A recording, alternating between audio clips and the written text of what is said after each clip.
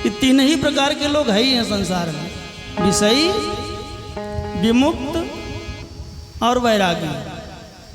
कुछ लोग ऐसे हैं जो विषयी, जैसे हम, जिनका मन संसार में रमा है, संसार की वस्तु में जिन्हें चाहिए, उसकी आकांक्षा है। ऐसे विषयी लोग वो भगवान की चर्चा कहते हैं, सुनते हैं। उसके फल के स्वरूप क्या होता है कि उनकी कामना की पूर्ति होती है, उन्हें धन संपत्ति, मान, प्रतिष्ठा और सब संसार का सुख मिलता है। दूसरे लोग कौन हैं? कहा जो वो वैरागी हैं, जिनका मन संसार के विषय में नहीं रम रहा है, जो शांति में रमण कर रहे हैं, जो प्रसन्नता में हैं, आनंद में हैं, भजन में हैं। ऐसे लोग उस संसार की वस्तु नहीं चाहते, भगवान का प्रेम चाहते हैं, वैरागी हैं। तो जो वैरागी हैं उनको भक्ति मिल जाएगी, प्रेम मिल जाएगा ठाकुर का। और जो मुक्त हो गए हैं वे भगवान की लीला में प्रवेश कर जाएंगे। जैसे श्रीमद् भागवत के महात्म्य में, उत्तर महात्म्य में कथा है कि जो राजा परीक्षित राजा हुए तो वे फिर द्वारिका गए, क्योंकि अर्जुन यादव वंश को लाने में असमर्थ थे।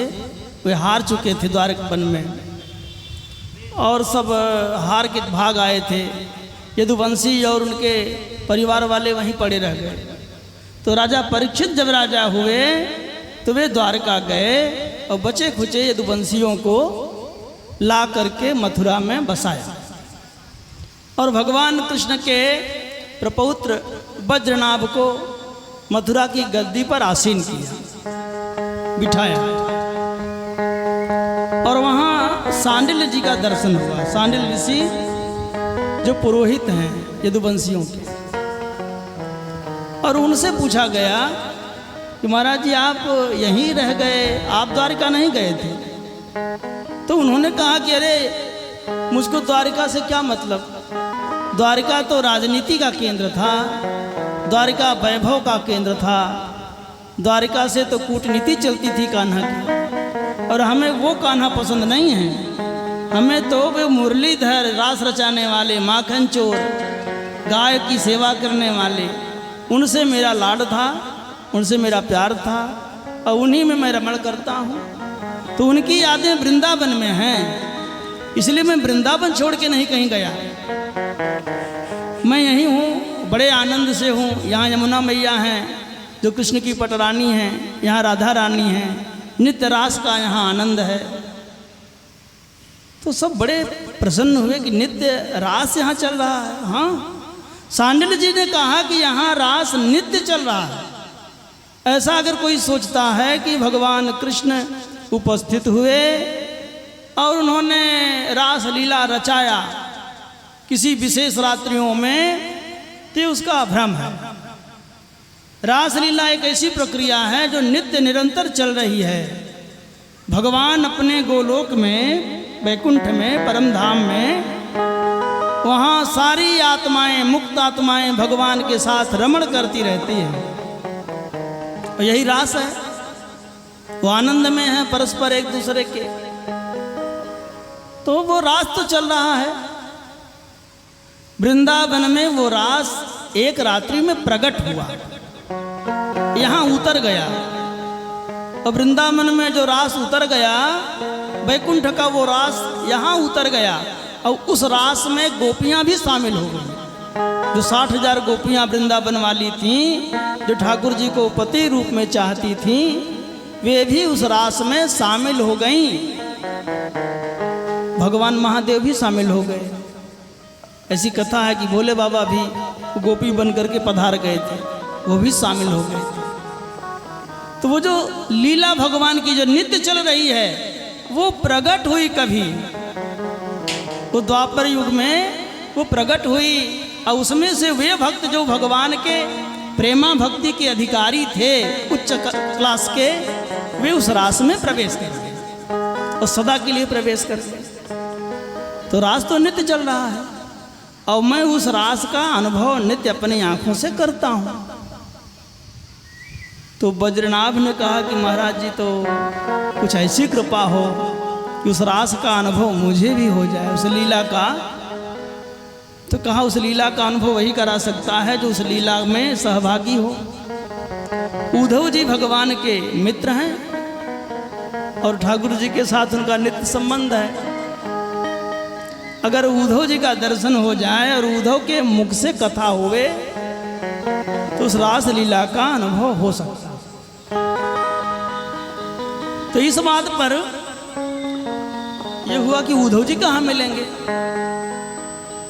उद्धव परम धाम नहीं गए थे, उद्धव को ठाकुर जी ने यहीं छोड़ दिया था, बद्रिका आश्रम गए थे। तो कहा उद्धव यहाँ कहाँ मिलेंगे, कैसे मिलेंगे। कहा उद्धव ने ठाकुर जी से वरदान मांगा था, मानुस हो तो वहीं रस खान, बसों ब्रज गोकुल गांव के ग्वारन, मैं ग्वाला बन के रहूं। ऐसा मेरा भाग्य न हो कि मैं ग्वाल बन सकूं वृंदावन का, तो ठीक है पत्थर बना देना, तो गोवर्धन का बनाना।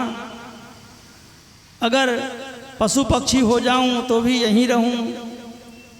ऐसा भी भाग्य न हो तो मैं लता पता बन जाऊं, तृण बन जाऊं, झाड़ी बन जाऊं, लेकिन रहूं वृंदावन में।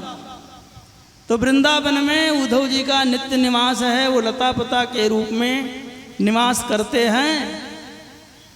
कुसुम सरोवर नाम स्थान है जहाँ ठाकुर जी की लीला भई थी, रासलीला। तो कुसुम सरोवर के आसपास जो झाड़ियाँ हैं उनमें उद्धव जी निवास करते हैं। माने वृंदावन में जो वृक्ष हैं, झाड़ियाँ हैं, फूल हैं, कांटेदार बबूल हैं, उनको आप साधारण न समझिए, वो बड़े बड़े ऋषि योगी हैं। उनका स्वरूप नष्ट हो रहा है इस समय। भोगवाद में बड़े बड़े आश्रम बन रहे हैं, रोड बन रहे हैं, पार्क कॉलोनी, ये गड़बड़ हो रहा है धर्म क्षेत्र में। धर्म क्षेत्र पहले केवल साधुओं के लिए था। पहले अयोध्या अलग थी और फैजाबाद नगर अलग था। ये हमने अपने बचपन में अनुभव किया था।